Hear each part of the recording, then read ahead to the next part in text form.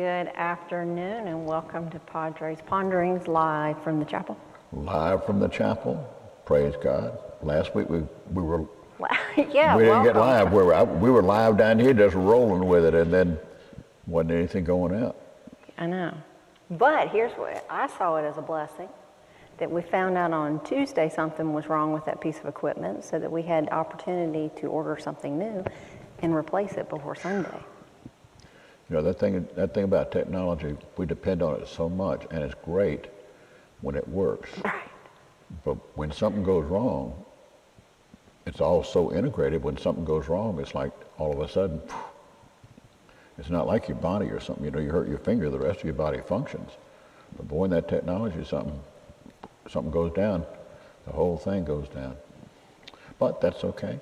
God is good. That's okay. And Elizabeth will be here next Tuesday. Right. So And you next can. Tuesday, So you've got a whole nother week to think of questions to ask her. You know, I don't ever think about that. It I just know, kind of you rolls. kinda You know, just whatever comes out is what comes out. It'll give her another week to think about what is he going to ask me. Yeah, whatever comes out, comes out. So lots of activity in this building today, preparing for tonight. Tonight. Baptisms on the bluff. Lots of preparation going on for that. It's a Recommitments. wonderful service. Recommitments on the bluff. Got this stairway over there. This the Roger Big Abney doings. has been building a huge set of stairs to go down to the river. Looks great. He's finishing up the handrails right now, he just said. Mm-hmm. I know some. You know, and tonight in the river, Jonathan's going to be down there, and Josh is going to be down there. Nathan will be working the liturgy on the top, and I'll be dispensing hugs and whatever, something like that. But the numbers, it's a bunch of people. I want to say it's getting close to 20 in the baptisms, and same way, maybe a few more than that in the recommittals. Yeah, it's a little over 40, I think, last I Yeah. heard. Very good. And then we baptized 2 little children on Sunday at 10 o'clock. That was sweet. Yeah, very special. I mean, Mom's got all those banners ready. The daughters of Holy Cross work on that. So, but I think there's a few banners that people that signed up today that want. We do the banners just for the little children. So there'll be a couple of little children today that won't get one today. They'll get it tomorrow, the next day. But they'll get their banners. Those are real good. Confirmation classes and all that started last night. Confirmation, well, No, not last night. yesterday was a holiday, so we're kind of off a little bit.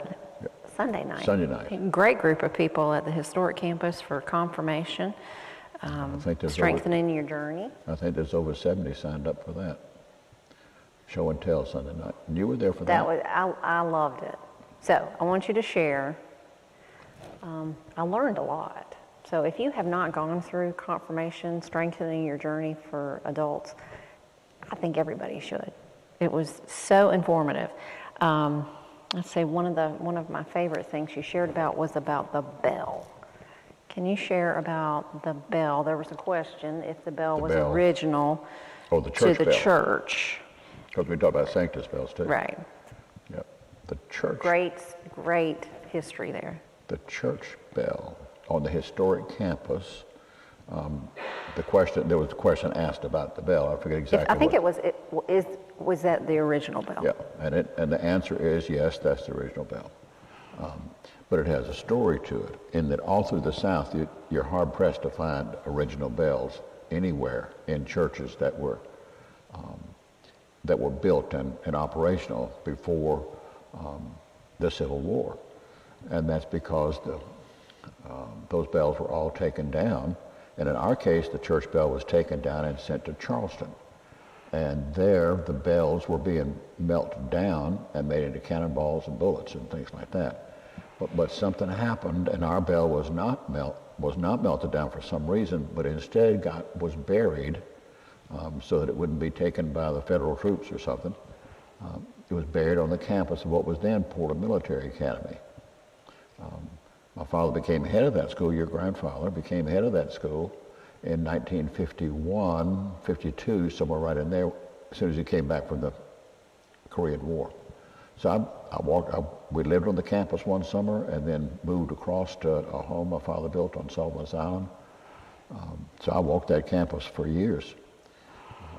But anyway, in the 60s, the Medical University of Charleston was just getting going. Medical University of South Carolina, it was of Charleston then, but now it's of South Carolina, was just being built, and it was on property right adjacent to Porter Military Academy. They were landlocked, so they bought the campus of Porter Military Academy to expand the medical university, and that's all over that campus. And they paid enough money to Porter Military Academy to build a new campus across the Ashley River. The land for that campus was donated by the Southern Railroads, I believe. I forget what the name of the railroad was, but anyway, the railroads donated the land. They owned all of it. Wow. So the money that they got for the campus itself was sufficient to build the first phase of the school, with the land being donated. So when the Medical University starts building, they start digging and they found the bell when they were digging on where the campus was. And the bell, of course, has the church's name on it and the date it was founded and all the rest of that. So they contacted the church, and it ended up right back here in Bluffton, hanging right back in the bell tower where it was originally there. What year was it returned? It was returned before I got here. So I don't know exactly when that was. Probably would be in the 70s probably. Might have been as late as in the 80s, but I think it was in the 70s, because that's when they were doing major construction there. So it's right there, hanging in this original bell, just a thing by God's grace. And really kind of neat that I may well have walked over that bell a number of times, and then 4 years later, here I am in Bluffton. God just works in all kinds of ways. But there's, that church has been around a long time, and there's so many special God things about that church, and that's what we talked about in there. And that wouldn't have come up if somebody hadn't asked a question. Now, because in that show and tell, I just walk around and talk. It's not a lot about the building, but mostly about how our services and why they are conducted the way they are, and the vestments and all the things, and what they really symbolize is what it was. That's right. So it's a real special time, and a lot of great people there, and that none of them are from Bluffton, none of them have any sense about the history of anything, and so it was just a real special way for them to begin to get kind of a sense of the fact that when you're a member of the parish, you're a member of something that's much, much bigger than yourself, and it's kind of like you're a link you're a modern link in a chain that started long ago, and it's going to go long after we're dead and gone. So it gives you a context, I guess, is what I'm trying to say, for ministry. I'm surprised you didn't know a lot of that. I knew some of it, but and see, that's the whole idea behind it. We worship in a place, but we don't know about the place. And I think you talked to Nathan about doing something for the children, the cross schools children. For this space, just to let them, the holiness when you enter this place, and why a baptismal font has 8 sides. Just what it all means. Right. And there's so much meaning behind everything. Nothing just is there stuck there. In churches that are serious about what they're doing, you don't let the place get tackied up with mementos from one person or another. You don't do that. But I think that's important. Everything in here has a specific purpose for being placed here.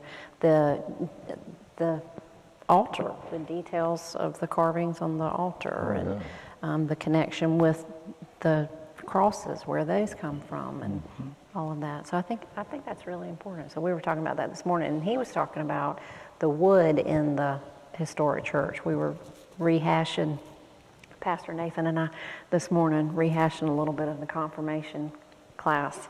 And so he was in 4-H in West Virginia, and his specialty area was forestry. So if you want to identify any tree in your yard, he can do it. Like he told me, he said, I think I can identify every tree in South Carolina. So maybe we should put him up to the challenge. I don't know. There's one of the little tidbits you wouldn't know. So he was talking about the wood inside, the type of pine that's used, and that you don't find those now very often, because I think I told him he should use this in a sermon illustration, but the seeds are not released from the cones except by fire. And we don't do controlled fires anymore. So we've lost this tree.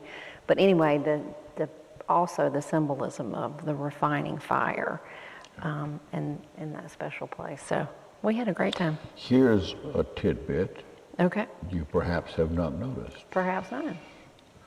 Now, you're on the historic campus. I talked about the altar rail over here. This rail is different. Yes, it is. It does not have a gate. Because we do not have dogs. Wrong answer. Wrong answer. That is a good answer, though, but for another question. But for this question, that's not it.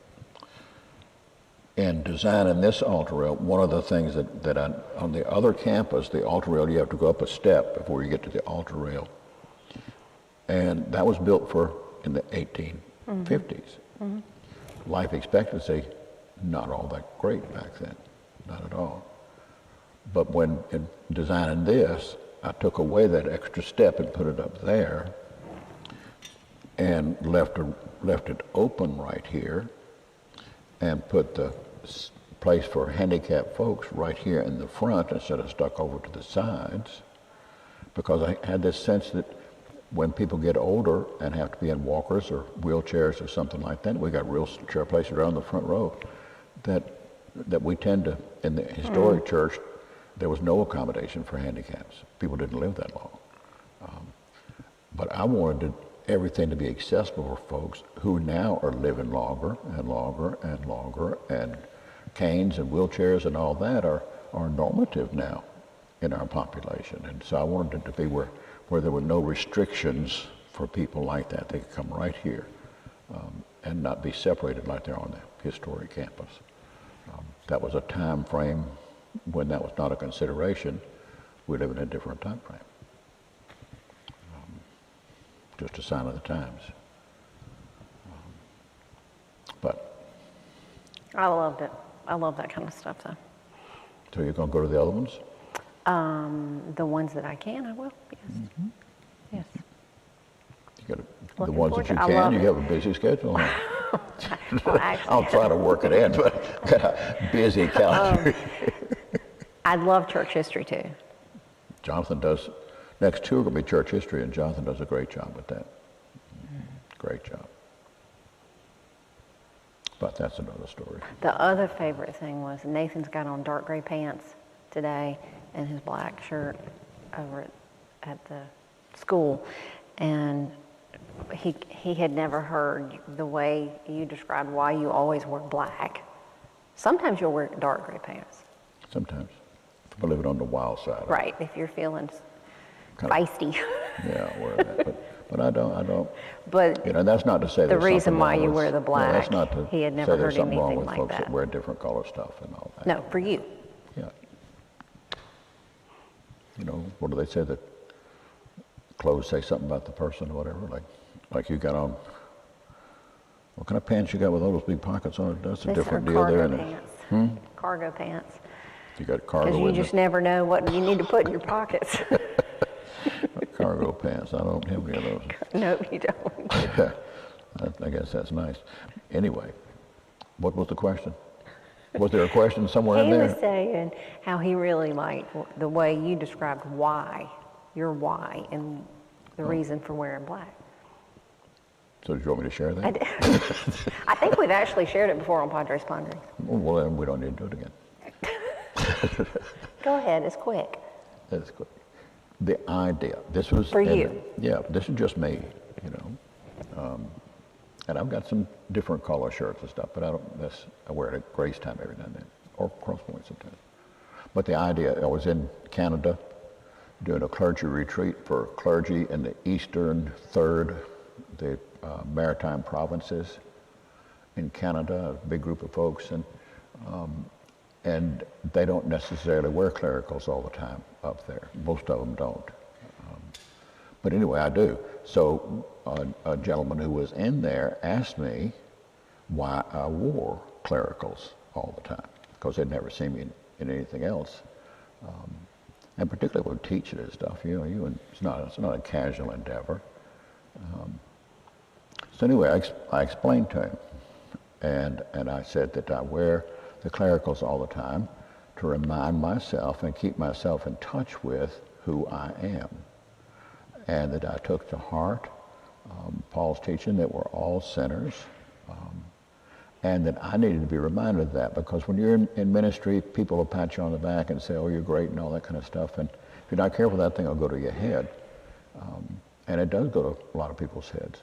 But I wear clericals to remind me the white collar compared to everything else black, that's about how much goodness I have in me, that the sinfulness and my sinful nature far outweighs any goodness, and that my proper attitude should be one of humility and thanksgiving for God's grace, as opposed to some kind of sense of superiority, that I'm better than other people because I happen to be ordained in some way or another. So, and that was something that he had not heard before, and the response to it was many people had never considered something like that before. But that's just me. I don't think that's in a book anywhere. Surely nothing I was ever taught, just something that just kind of dawned on me one day. So I wear them all the time. Your ponderings. Yeah, when I was pondering. Yeah. I started pondering this morning and realized I didn't have my glasses. How'd you leave home without your glasses? How'd you leave home without your glasses? I don't know. You were in a rush. I don't know, but when I got here and started working on my devotional for this morning and opened up the Bible, those words were much smaller than they usually are, and so I realized there was nothing in this pocket up here, and called your mom, and she fills in a lot of blanks, and so she brought my glasses up here to me. And you know what else she did? She put 2 or 3 of those little things you clean your glasses with. She put 2 or 3 of those with there, because she knew if I left my glasses, I didn't bring any of those either. So. It's good to have people looking out for you. Whoa. Right? Whoa, amen. I'd be in a deep trouble without that. And not just, your mama does so many things for me, but, the ladies that work here, it takes a lot of people to keep me going. And they're very faithful, very faithful. Claudia and Risa and Elena and Risa and Sue out there and Elizabeth. There's a crowd of people. You're in the crowd. We all need that. Yeah, we all need help. Yeah. No man is an island entire unto himself. This is true, because we've got so much going on. I think I heard Jonathan say that this is the busiest September he's had in the 9.5 years that he's been here. Things are certainly, as you say, rolling for Things sure. are rolling, amen. For sure. So tonight's the big river baptism. I'm going to encourage you to come early and find a parking place because that is just the nature of that area down there now. Bring a chair. We don't set out chairs for this service, so if you feel like you're going to want to sit down for a little bit of it, then you might want to bring a stadium chair. Mm-hmm. Just come and watch. But great time to be in the community too. Howard and folks will be doing the music What are we singing? I haven't seen the bulletin. Let's go down to the river and pray. I know that's the first one in there. And people get ready. There's a train a-coming. And then come on down, brothers and sisters. And it's one of those songs in there like that. And then the last song is "Oh Happy Day," Be a clapping kind of time, Praise and hallelujah. People be all in white going down to the water, I know. I love this service. Our friends Andy and Shirley from Connecticut are in Bluffton right now, and they went to the 528 service he preached this past weekend. Mm-hmm. And I saw him on Sunday, and he said he just loved that music Saturday night. Yeah. He said, I haven't heard some of those songs in decades. Yeah. Decades. I think we do a good job with the music here, and everything's so different. I like that. Yeah, it's different kind of music. That was I saw him. The last song we did was leaning on the everlasting arms, and he was back there just going and tapping on the pew in front of him. He was having a grand old time, And I was thinking he goes to church up there in Connecticut, and they're not singing like that up there. Well, they haven't been in service. Oh, that's right. They have that. So 528 was the first in-person service that they've been in for, I don't know, 20 months. Wow. Yeah. So it's real special having them in town. So they'll be at the baptism tonight. So Well, I'll see them he'll over be there. Yeah. dancing. But even if you don't have anybody in it, just come. Just come to look Oh, at that's it just and great. cheer. And you are also reaffirming your baptismal vow during the service, Yep, which is so that's a good important point. because we are there not just as observers, but we're taking a vow that we are going to support and disciple and minister to That's right. these people that are a part of our congregation. Right. That's Exactly an important right. reminder. So what do you got in your hand there? You got So I've got, oh my goodness, so are those much. notes of So much things fun. to ask me? No, these No. are just visuals. Jonathan's teaching. Pastor Jonathan's doing Wednesday night teaching. He's super excited about it. The 15th of September here in the chapel, the So 22nd and the that's 29th. not this Wednesday. Not this Wednesday, but the following Wednesday. It'll be in person. It'll also be streamed online. And then Pastor Josh,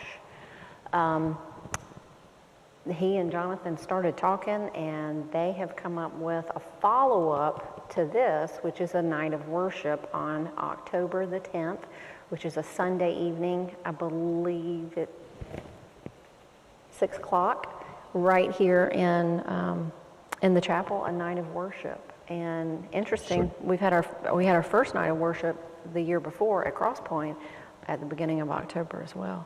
But it's going to be So Jonathan teaches three consecutive Wednesday nights, and then the follow-up is the night of worship. is the night of worship, and it'll be And it'll be on pulling Sunday, not music, Wednesday. all of this music that Jonathan Is that one going to be talked streamed about. too? That is also streamed. Pretty much anything we do here is streamed, yeah. I can't think of anything that we, When I'm Don't teaching it, stream. y'all not going to stream when I'm teaching? well, we can't because it's in the historic church. We don't have that capability. And I wanted to get back over there because I wanted to do the meal before the service like we used to do pre-COVID. A lot of people missed that, so we'll be having the meal over there before it, and then I'll teach in the historic church in But that's in October. It'll be the 13th? It would start the 13th. It would start the Wednesday after the night of worship. Yes, Because the Wednesday before that is when Bishop Lawrence is here. for the confirmation. So I'll be doing those. It's 4 Wednesdays, so this is the last 3 Wednesdays in October, the first Wednesday in November. Yep. Okay, the next card, and all of these cards are on the round table at the chapel. They're on the front table of the narthex at the historic campus, and they're at the connect tables at Cross Point. So grab these. But if they don't get a card, they can go on web. Oh, it's online, absolutely. It's on the website. But these are a good way to invite other people. That's the important part of the cards. Okay. It's cute, but the main thing is hand it to somebody and say, come to this with me. The men's Low Country Boil on September the 17th. This is for men. Bring your sons, bring your grandsons, bring your friends. It's free. I mean, when do you ever get free Low Country Boil? Never. So Never. bring your friends to that. Gentlemen, it's outside. It's on the bluff. Tables will be set up. Kevin Severe helps with the cooking on that, and he does a fantastic job. I've had his Low Country Boil, and it is good. Team of people doing the cooking and setting Yeah. up and all the rest of that. And ladies, we are finally, thanks be to God, having our fall women's event with Tara Lee Cobble. She's coming in from Dallas, Texas. She does the Bible Recap podcast, and she recently came out with a book and just released a Bible study. She goes through the Bible chronologically. So she's coming to talk to us on September 24th and 25th, Friday evening and Saturday morning. Tickets are on sale on the website. Great opportunity to invite friends, neighbors, bring teenage daughters. But that one's just like the Low Country Bowl is just for This men. one's not That one's free. for women. But right? I have had a couple of men say, could I work safety that night so I can come. I said, you can absolutely come and not have to, you don't have to work safety, although it's nice. That's Because good. they listen to her as well. All right. Yeah. So those are just a few things coming up. And then we've got tons of Bible studies. So make sure that you are checking the e-news on Thursday. There are links to a Thursday night women's Bible study starting at the end of September, a Tuesday morning walk through the Bible road trip, how the Bible's organized, different types of books, all of that kind of stuff. Thursday morning men's study is ongoing. I talked to somebody on the phone this morning, a new member, Hap, goes to Cross Point service, and we were talking, he was asking questions about, do I bring a chair, and all of this stuff about tonight.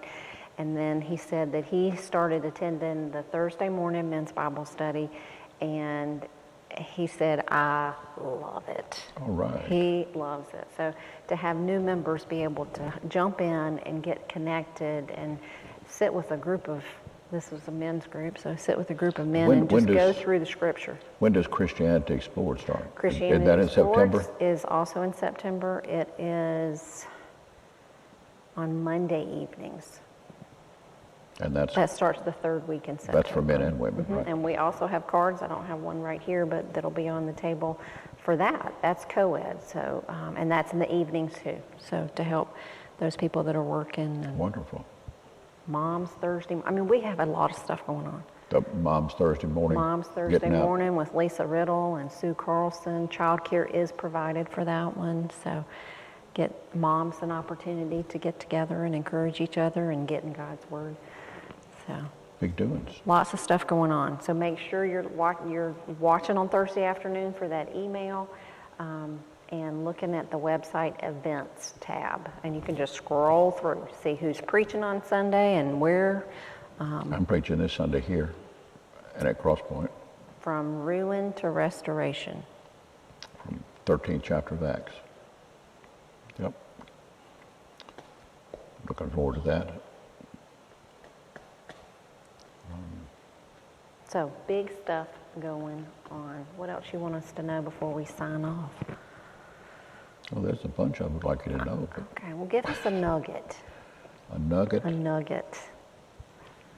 Oh, I don't know. Leadership is leadership is a that class Saturday. is closed, but it's already loaded up. That'll be starting this coming Saturday, and I like working with all that. And you, That's you loaded picked- with nuggets. Yeah, you picked up a nugget from that, didn't you? Mm-hmm.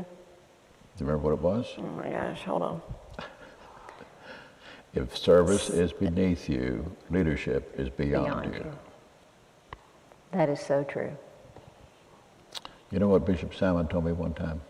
He said, you can tell a lot about a person and their potential for leadership by seeing who jumps in to set up tables and chairs and take them down afterward. That'll preach. That'll preach. He said, because a person who's not willing to do that is not going to be a faithful leader.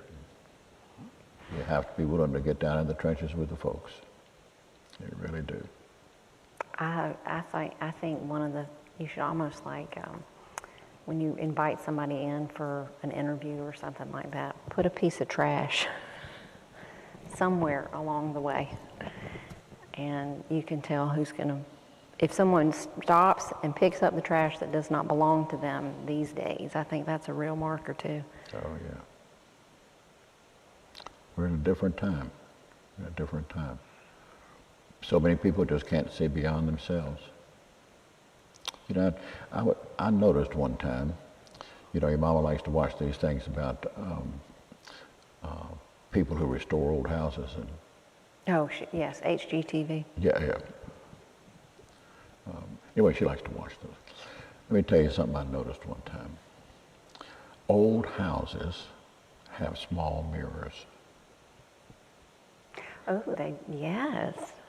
Invariably, the mirror was on the medicine cabinet. Yeah, really They have small mirrors.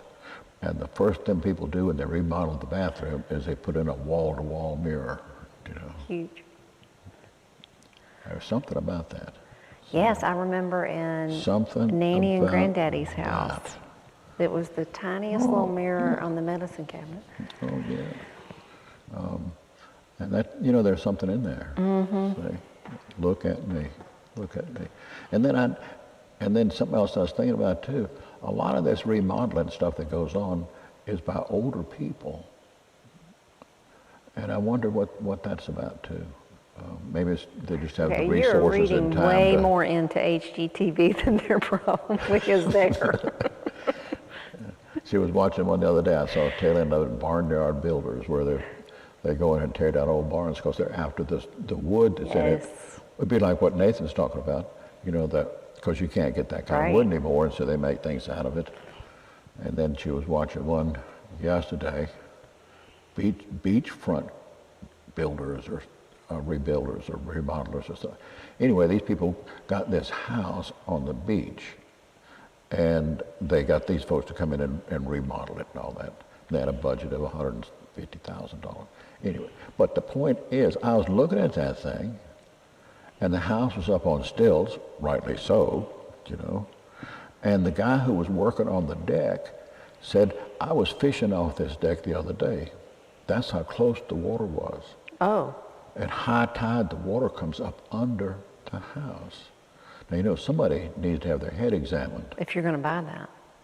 Not only they bought the thing and putting $160,000 or $70,000 in remodeling, and I'm thinking, you can kiss that goodbye when the next storm comes along the line. Just, that's people ought to have more sense than to build where the water is coming under your house. I wonder what their insurance costs. I don't know. I had a person tell me one time these big yachts that you see around like that they can't get insurance on those. All those people have to be self-insured. And that you see on the waterway and in the ocean, the boats moving from south to north so that they're out of there's a certain latitude. Your insurance, even if you have insurance on your boat, it will not be in effect if you're below that latitude when hurricane season started because the risk is too high. So the boats head north to get out of above that latitude before hurricane starts, and then you'll see them coming back south when hurricane season is over, so that they have insurance on their boats. Really? The risk is just, when Hugo and those storms come rolling through there, you had big those boats in are the middle all of the piled street. up all over the place. That's the idea. The insurance companies say they're like, sorry. They thought that thing. Well, I mean, it makes sense. Sure it does. Which brings me back to the house with the water running underneath it. That makes no sense. No sense. So now when you're watching HGTV, look for deeper meaning.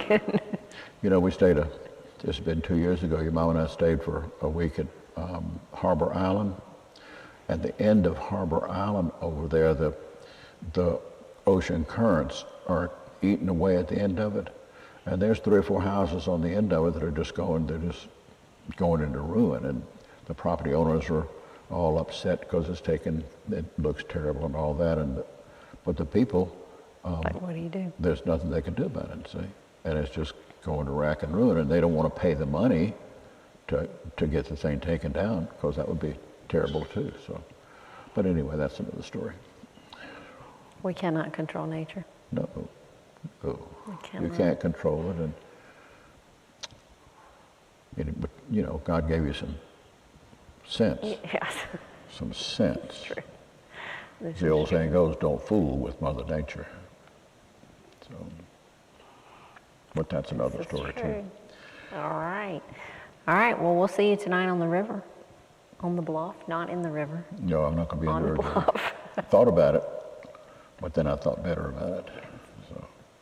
And hopefully we'll see you on the river as well. And if not tonight, then on Sundays or Saturday for 528 for the services coming up. And then we've got so many things going on. So hopefully you'll find something you can get plugged in with and get connected, because that's where you learn and grow and make those connections and relationships. And that's really important. Yep. Really important. So go in peace to love and serve the Lord. Thanks be to God. See you when I see you. Blessings. Always remember, God loves you, and so do I.